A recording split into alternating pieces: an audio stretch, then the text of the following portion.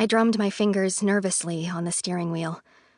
Even though the groundhog hadn't seen his shadow, the Riverbend Hotel parking lot was dotted with gray piles of snow and oil-slicked puddles.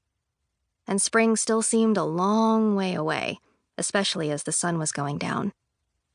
I shivered in spite of my puffiest jacket, my woolliest, rhinestone-encrusted mittens, and a heater on full blast.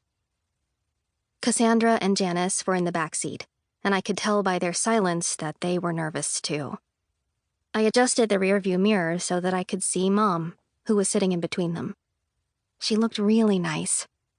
I'd picked out her outfit for this occasion, a cream-colored wool suit with a silk shell underneath, and Janis had done her glam, a burgundy lip, a subtle cheek highlight, her dark hair swept to the side with a gold comb.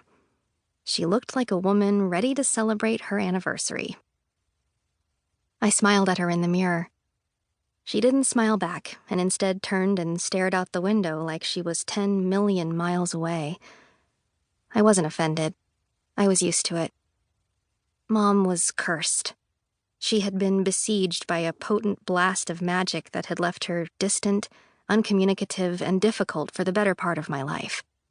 Her behavior was what most people would call crazy, and it wasn't until just a few months before that I'd learned why she was like this, and even more recently that I'd started to understand it. Even though she couldn't do anything to show it, Mom was totally aware of what was going on around her.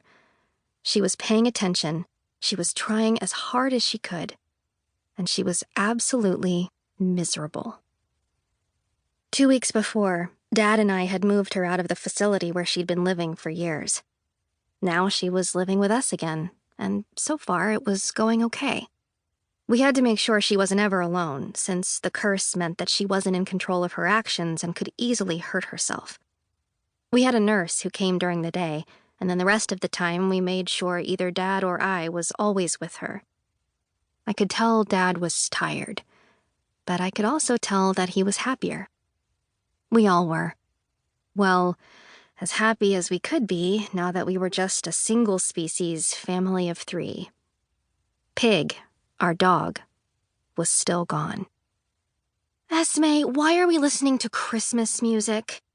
Cassandra asked, leaning forward and snapping me back into the car in the present moment. Of course, Janis had to pipe up too. "I mean, I like George Michael as much as the next girl," she said. "But every time I've been in the car with you, it's this same mix. I didn't even think you liked Christmas." "Give me a break," I said. "I've been driving for like a week. I'm allowed to listen to whatever calms me down, okay?" "Touché, Mrs. Claus," Cassandra said. "Tell me again how many medians you've hit." "Cassandra," I snapped back. "You know it was just that one, and it wasn't my fault because it moved and—" A tap at the window made me jump. I turned to see Dad outside the car, rubbing his hands together to keep them warm. "Okay," he said. "We're good to go."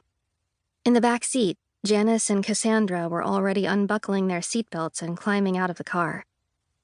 I popped the trunk and then quickly followed them so that Dad and I could help Mom from the car.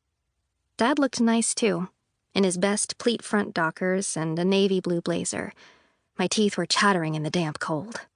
"So, you said everything like we rehearsed?" I asked. "Yep," he said, nodding as he took Mom's elbow and started walking with her to the door. "I told them that February 11th was our anniversary, and my wife and I wanted to spend it in room 402, just like we did on our wedding night 20 years ago." I groaned and pulled my coat tighter around me. "Dad," I said, "you got the date wrong. Today's the 7th. "Well, I'm sure no one noticed," he said. "Aren't husbands always forgetting anniversaries?" I sighed as he reached into the pocket of his khakis and pulled out a key. "So," he continued, "Mom and I will go in through the lobby, and you all will come up the back way?" I nodded and glanced at Cassandra and Janis, who were busy unloading bags from the trunk. "You know where the back entrance is?" Dad asked. "Trust me, Mr. Pearl," Janis answered. "We know just about every inch of this hotel. Even the roof." This time, it was Janis's words and not the cold that made me shiver. I'd been trying to put what had happened here at the Riverbend Hotel out of my mind, and even though we'd driven by this place a million times as we'd been planning for tonight, we'd never actually gone in. Now I was staring right at the hotel, and it was staring back at me, with its dead-eye windows and its brick-like acne-scarred skin. This was the place where everything had fallen apart. Cassandra and I were sitters, which meant we were trusted, or burdened, depending on the day and my mood when asked, with superpowers and spells to protect the innocent and keep the demons who prey on them in their own dimension. Back in December, we had come to this very hotel for a summit, which was a gathering of sitters from all over the country. We were supposed to have bonded, learned, and prepared, but all that had been put on pause in favor of stopping an apocalypse.